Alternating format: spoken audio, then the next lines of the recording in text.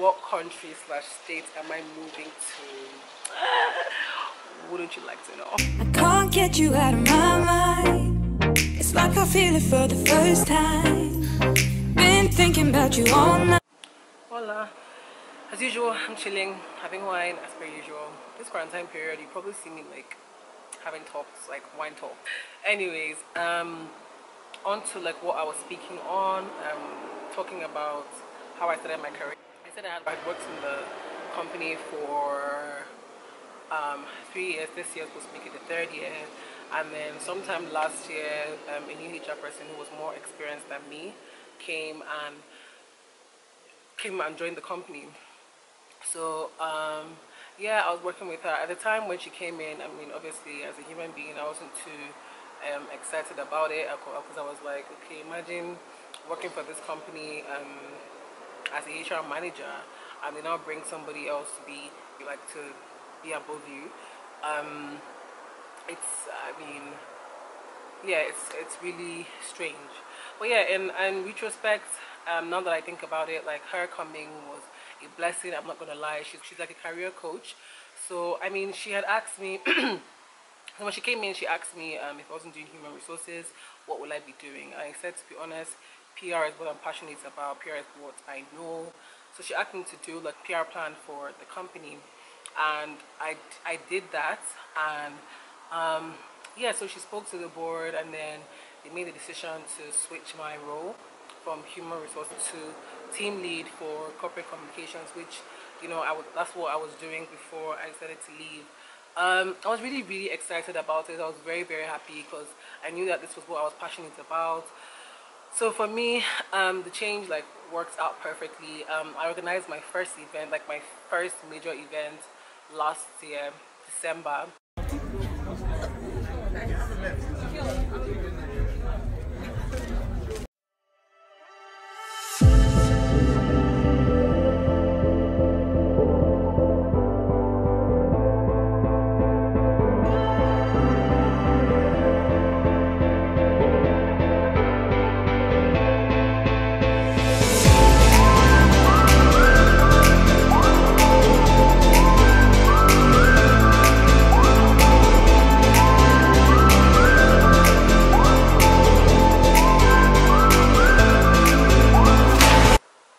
One of the most challenging like projects I had ever had to handle. I handled it with one of my friends slash colleagues, V. So it was a lot of work. We're working like around the clock, like mornings, early mornings, late nights.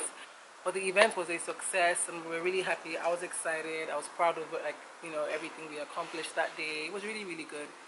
And yeah, so I pretty much knew that, you know, what my career path is. I was really grateful to the now HR person there for pushing me to, you know, follow that path, because I think she knew that, you know, it was something I was good at, like something I was passionate about. Shout out to her, actually. Because now we're now guys. So yeah, I was really grateful to her that, you know, she's like a career coach. So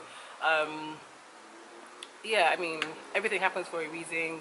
God has the plan for, like, God has a reason for everything. And yeah, so that's how I switched over and started doing that, and that's what I do right now. To be honest, I felt like, you know, I think part of the reasons why I was very motivated to move was after I planned my first event. Like, I mean, that wasn't like the first actual event I planned. I planned like another one before that. That was the first event I had planned, or the first project I managed as team lead for corporate communications. So when I did that and I saw like how good the work was, I was like, you know what, I've always wanted to experience this on an international scale, like do this abroad, and this is something that I've been planning. I was still gonna do it anyways. It was just like a matter of time. I had always been scared to like just move because I didn't really know. I don't know. I just had always been scared to move. And last year, after my sister died, I was like, you know what? I'm going to take risks this year. I'm going to be daring. I'm going to do everything I want to do right now. That's, you know, like, life is too short. Like, if I don't do it now, when am I going to do it? Do you understand? So I was just like, you know what? I'm going to move. I've always wanted to do this, so I'm just going to take the risk and just go. And also another thing that motivated me was obviously I visited the country in which I want to move to, and I remember I had a meeting or a breakfast meeting with somebody that works like a she's like a celebrity, yeah, she's a celebrity coach or something like that. Anyway, she works in the industry and she's very known, like she's a celebrity and all of that. And we had breakfast with her, my brother, my sisters, and you know, she was just talking about the industry, how challenging it was, and how rewarding it was as well. So I think I was just inspired by, you know, a lot of people like that, you know, understood the industry that I was interested in. I liked how they were talking to me about, you know, moving and how rewarding it is. Like, you know, like at first it will be challenging, but once you understand the business and the industry, then you'll be fine. Like, you'll thrive and you'll make a name for yourself. So that just kind of inspired me to like say, okay, you know what, okay, I want to move. And even then, when I was speaking to them about like moving, they were saying, yo, that, you know, based on what I want to do, that this is the best place to come to, that there's lots of opportunities, there's lots of room to grow, and, you know, stand out and all that. So that's kind of what like inspired me to take that risk. And then, to be honest, once you know, you know, like, that's the honest truth. Like, God's timing is always the best. Like I said, I don't know if I've mentioned it already in the video, I said that I could have easily moved, you know, probably 3-4 years ago, because I always planned to move. So I don't know, but for some reason I just kind of felt like I wasn't ready and it wasn't the right time. So I think once you're at peace with your decision, like whatever you decide to do, just stop wasting time, stop waiting for everything to be perfect, because it will never ever be perfect. I think that's what I was also doing, like in the past. I was waiting for things to align, things to just be perfect, and things to just, you know, be put together before I move. But then I just kept on telling myself that, you know what, this is just me making excuses, that if I don't do it now, there's like, I would never ever do it. So, and to be honest, I don't think, I mean, my parents initially, because when I went to Dubai in December, I had a family meeting with my family. We always have a family meeting at the end of the year. So we had a family meeting at the end of the year, and told my parents that, you know what, that I had made the decision to move, and you know, I just hope that they respected my decision and all that. Obviously, as parents, they were worried about job security, worried about the fact that I it's not like I had an offer, like it's not like I currently have an offer there or like a job there waiting for me and all that. So they were just like, you know what, you have a good package here, which is actually true. Like, I actually have a good package here, I'm not even gonna lie. Like, I think like the offer I got in this particular company was really, really good. But for me, it's not really all about the money, it's also about satisfaction. So also about my happiness. Like, I just felt like I had reached a peak in my career where it was like, okay, yes, I've reached management level, I've reached like this peak in my career. It's like, okay, what next? You know what I mean? Like, it still didn't feel enough. So yes, I've done well. Yes, like, you know, I've been successful in my own way, for my age and everything. But at the same time, I didn't feel fulfilled. Like, I didn't feel like I was living like my life purpose. So I mean, I told them that, you know what, this is my decision. But yeah, they were saying, you know, don't move, like stay, this one, just talking sharp. When I went to hand in my resignation, I didn't tell any family member. I didn't want any discouragement or encouragement. I just wanted to do it on my own terms. So I handed in my resignation, and then I just told my parents, I just sent them a message on the group chat that I'm handing in my resignation and my last day is so and so date, and yeah, and I'm moving abroad in March. They were just like, okay, well, I mean, I wish you the best. God be with you. Like, if this is what you decided, or this is what you have decided, we'll support you, and because we love you, and all that kind of talk. So in a way, yes, they were supportive, and then no, like, it was like 50-50. But now they've kind of, sorry, my dog is actually making noise. I don't know why she's making noise, but yeah, ignore her. Just ignore the dog. Yeah. So, but now they are like much more supportive and looking forward to me going.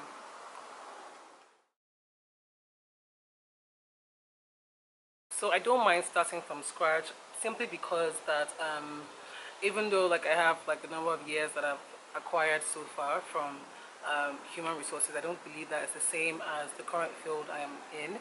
So especially if I'm moving to a new country, I remember when I was applying for jobs, obviously I was applying on the grade level that I'm currently at, my level of experience. And I spoke to my brother, and he was saying that, you know what, like, you know, seen as I'm moving countries, I'm moving to this country that he lives there right now, so he was advising me that, you know what, it's just best for me to start from scratch. I need to understand the business, I need to understand the industry in that state, I need to understand the community, the culture, you know, just basically understanding everything. So it makes sense for me to just start from scratch, and I think that is a whole different field from what I was doing before. It really makes sense for me to like understand the business, understand the industry, understand the culture and how they do things, and you know, work my way up basically. And I said, okay, that's fine. Like, it's something I love, so I don't have any issues with that. So that's fine. Yes, so I don't have a job at the moment. I am, however, applying to jobs, and I have been applying, to be honest. While I was working, I've gotten a couple of interviews, but because of the country, because I'm still in Nigeria, it was kind of hard to like meet up for like face-to-face interviews. So I have no doubt that when I go, I know that for sure I'm going to get a job. So I'm just praying and waiting for this whole chaos to be over, this pandemic to be over, and yeah, I'm just applying. Apartment, no, I don't have an apartment yet because I'm waiting to go before I get an apartment, because I like to see what I'm paying for. I don't want to just, you know, depend on me looking online. But for the most part, I did pay for an Airbnb because my dates for travel was scheduled for March 16th. But because of the whole pandemic, they cancelled my flight, so I had to get a refund for the flight and the Airbnb. Thankfully, they paid full price. I'm still waiting for the flight, so they haven't still paid me up, but for my Airbnb, yes, they refunded me. I planned to stay for a month, so I paid for a month. So that would have given me enough time to look for an apartment. So even when I'm leaving, I will pay for a month, you know, so I can have enough time to look for a place to stay.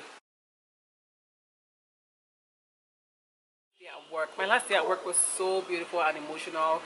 After I resigned, the next following week, they threw a surprise send off for me. They gave me an award. They gave me like so many gifts. I was crying my ass off. I captured this on Snapchat, so I'll probably put it here. Listen, one half, please. One half.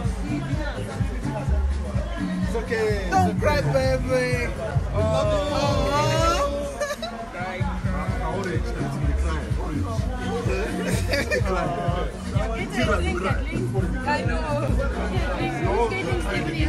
That's her drink. This is her drink.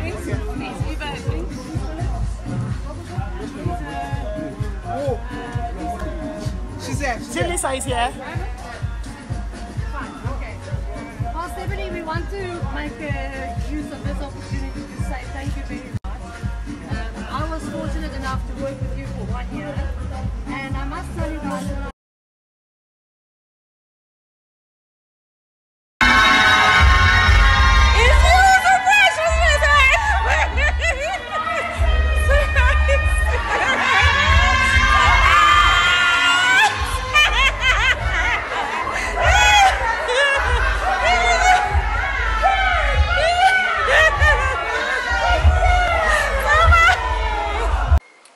very emotional. A lot of people said like so many nice words, and it kind of got me emotional because you know when you're working hard, you don't know how hard you're working, so sometimes you may not feel appreciated.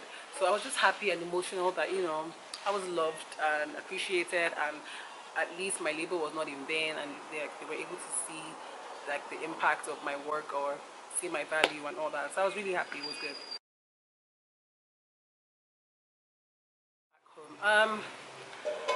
I'm not sure I'm going to move. I don't know. I mean, I say never say never, right? So, I mean, I want to experience this first before I make that decision before I answer that question on if I'll go back home. For now, I would say no. There are a lot of things that will be considered before I say, okay, I'm moving back home. But for now, no, I don't really see myself moving back anytime soon. No, I do not regret my decision to move. I will do it again. I will still make the same decisions. Obviously, I'm sad that my plan is delayed and all that, but I mean, it's not like I'm not moving. I'm still going to go anyways. I'm just waiting for everywhere to be safe. So, yeah, it sucks that, you know, I still have to be here for a few months before I eventually leave. Like I said, My flight was scheduled for March. I was already set to go, and a day before I was set to fly out, they sent me an email saying that my flight had been cancelled. So imagine that. I was like shocked, I was depressed, I was in shock, I was just confused, I didn't know what to do. But it's not to say that I regretted my decision anyways. I do not and will never regret my decision. You know, like, time has been delayed, but I'm still gonna go, so I'm good. Yeah, I think that's the end of this Q&A. For the most part, this is reasons why I decided to quit and move abroad. I hope you guys enjoyed this video. Yeah, like, I'm happy, I'm excited, I'm looking forward to the future. I can't wait to start this journey. I can't wait to start this chapter. So if you have more questions, anything you'd like to know, let me know in the comments. I think I'm going to end the video here. Thank you guys so much for watching. I'm so sorry I look sweaty, I look mad. But yeah, thank you guys so much for watching. Don't forget to like, comment, subscribe, and I'll see you in my next one. Bye guys. I can't get you out of my mind. It's like I feel it.